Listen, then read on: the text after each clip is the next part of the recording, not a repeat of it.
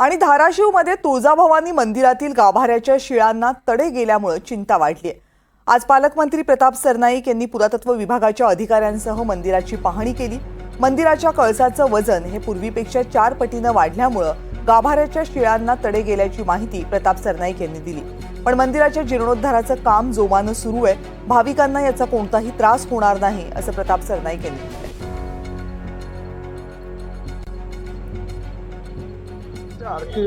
Archaeology डिपार्टमेंटची सगळी मंडळी होते, आर्किटेक्ट होते, कलेक्टर होते। त्यांच्या समक्ष पाहणी केली असता असं निदर्शनाला आलं की मंदिरावर जो कळस चढवला गेला होता त्यामध्ये जे कळसाचं वजन पूर्वीचं होतं त्यापेक्षा चौपट वजनाच्या आकाराचा नवीन कळस बसवला गेला होता आणि त्यामुळे त्याचा लोड जो आहे खाली भिंतींवर आला आणि भिंतीला तडे गेले होते।